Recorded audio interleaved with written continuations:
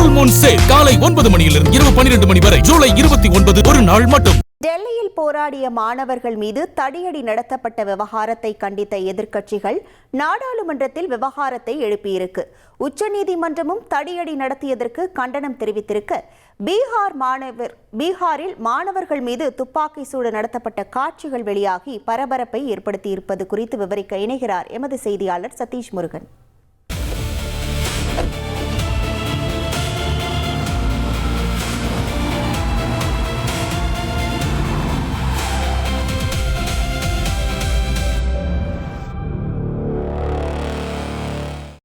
NEET வினாத்தாள் லீக்கான விவகாரத்தில் அதை கண்டிச்சும் நீட் தேர்வில் பல்வேறு சீரமைப்புகள் மறுசீரமைப்பு செய்ய வேண்டியிருக்கு.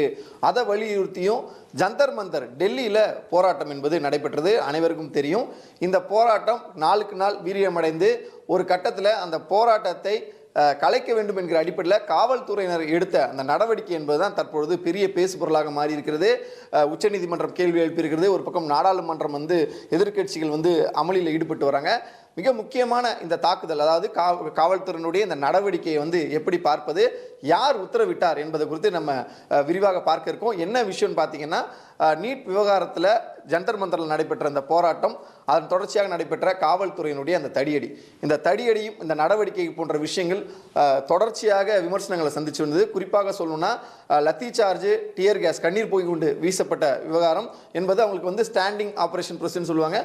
ஒரு போராட்டம் என்பது கலவரமாக மாறக்கூடிய தருணமாக இருக்குது, இல்லை சட்ட ஒழுங்கு பிரச்சனை வருது அப்படின்னும் போது அவர்களுக்கு இருக்கக்கூடிய ஒரு மினிமம்லேருந்து ஒரு மேக்ஸிமம் ஃபோர்ஸ் யூஸ் பண்ணுறது அப்படின்னு சொல்லுவாங்க. ஸோ லத்தி சார்ஜ் என்பது முதல்ல அவர்களை முட்டிக்கு கீழே அடிக்கிறது, அப்புறம் அவங்களை கலைப்பதற்கான இன்னும் கொஞ்சம் ஒரு ஃபோர்ஸை யூஸ் பண்ணுறது அப்படின்னு இருக்கும். இன்னும் அதிகமான ஒரு ஆயிரக்கணக்கான க்ரௌடு வருதுன்னா அவங்கள நேரடியாக தாக்காமல் கண்ணீர் புகை கொண்டு வீசி அவங்கள அங்கேருந்து கண்ணெரிச்சல் மற்றும் அவங்கள உடலளவில் அவங்கள வீக்காக்கி அங்கேருந்து துரத்தி அனுப்புவது அப்படின்றது தான் காவல்துறையினுடைய நடவடிக்கையாக இருக்கும். இந்த விஷயத்தை பொறுத்தவரையில் ஜந்தர் மந்தரில் நடந்த அந்த டெல்லி ப்ரொட்டஸ்ட்டை பொறுத்த வரைக்கும் டெல்லி போலீஸாரும் ரேபிட் ஆக்ஷன் ஃபோர்ஸ் என்று சொல்லக்கூடிய அந்த விரைவு அதிரடிப்படை அவர்கள் எடுத்த அந்த நடவடிக்கை என்பது மிக மோசமான ஒரு விமர்சனங்களை சந்திச்சுட்டு வருது. குறிப்பாக சொல்லணும்னா, அங்கிருந்த போராட்டக்காரர்களே எடுத்த தங்கள் செல்போன் வீடியோக்களை நம்மளால் பார்க்க முடியும். டெல்லி போலீஸாராக இருக்கட்டும், இந்த ரேபிட் ஆக்ஷன் ஃபோர்ஸாக இருக்கட்டும், சாதாரணமாக மாணவர்கள், அதாவது எந்தவித எதிர்ப்பும் தெரிவிக்காமல் நார்மலாக ரோடில் நடந்துட்டு போன இளம் பெண்கள், மாற்றுத்திறனாளிகள், இளைஞர்கள் என கண்மூடித்தனமாக தாக்கின வீடியோக்கள் என்பது பயங்கரமாக பரவிட்டு வந்துச்சு. அதே போல் ஒரு ஐபிஎஸ் அதிகாரி, ஒரு டிசி கூட ஒரு பெண்ணை சாதாரணமாக ரோடில் ஓரமாக நின்றுப்பாங்க, இவர் போய் ஓங்கி அறையிற அந்த வீடியோ, அதே போல் லத்தியில் முனையில் ஆணிகளை வச்சு தாக்குன விஷயம் அப்படின்றதெல்லாம் மிகப்பெரிய ஒரு பேசு பொருளாக இருக்கக்கூடிய சூழ்நிலை. தற்பொழுது பெல்லட் குண்டுகள் மூலமாக இருக்கக்கூடிய துப்பாக்கிகளை பயன்படுத்தியது ஆதாரப்பூர்வமாக வெளிவர தொடங்கி இருக்கிறது. இந்த போன்று பெல்லட் குண்டுகள் இருக்கக்கூடிய துப்பாக்கியை டெல்லி போலீசார் பயன்படுத்தியிருக்கிறார்கள் என்கிற அடிப்படையில் ராகுல் காந்தியை சுட்டி காட்டியிருக்காரு. 4 பேர் இதில் பாதிக்கப்பட்டிருக்காங்க. 4 பேர் பாதிக்கப்பட்டதாக முதல் தகவல் வந்திருக்கு. எத்தனை பேர் பாதிக்கப்பட்டாங்க, இன்னும் அவர்கள் புகார் அளிக்கவில்லை அப்படின்ற தகவல் வந்திருக்கு. பெல்லட் குண்டுகள் துப்பாக்கி என்பது ஒரு தடுக்கப்பட்ட ஒரு ஆயுதமாக பார்க்கப்படுகிறது.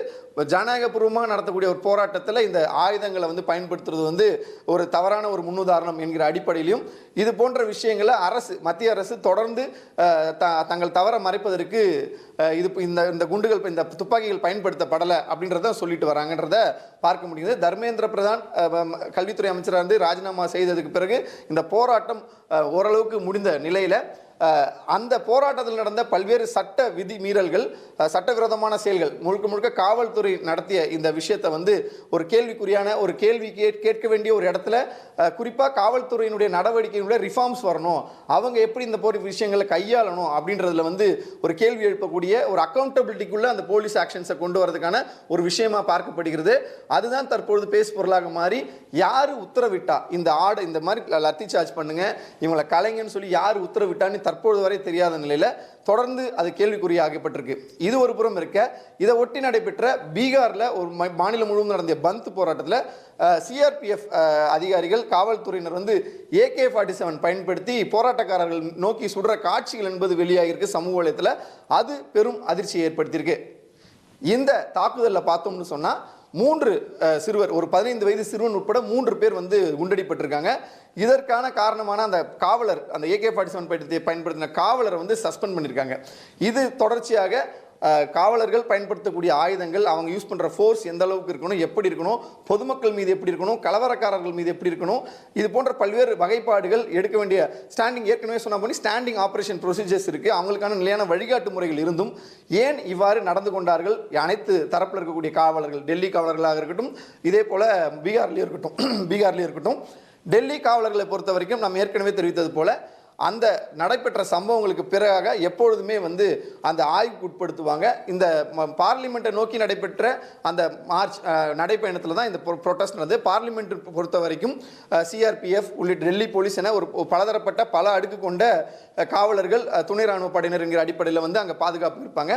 இந்த விவகாரத்தை பொறுத்தவரையில் மத்திய தொழில் பாதுகாப்பு படை என்று சொல்லக்கூடிய சிஆர்பிஎஃப் அப்புறம் இந்த ஆர்ஏஎஃப் இந்த தாக்குதல் சம்பந்தமாக விரிவான அறிக்கை தாக்கல் செய்து விசாரணை என்பது இன்டர்னல் விசாரணை என்பது நடைபெற்று வருவதாக தெரிவித்திருக்கிறாங்க.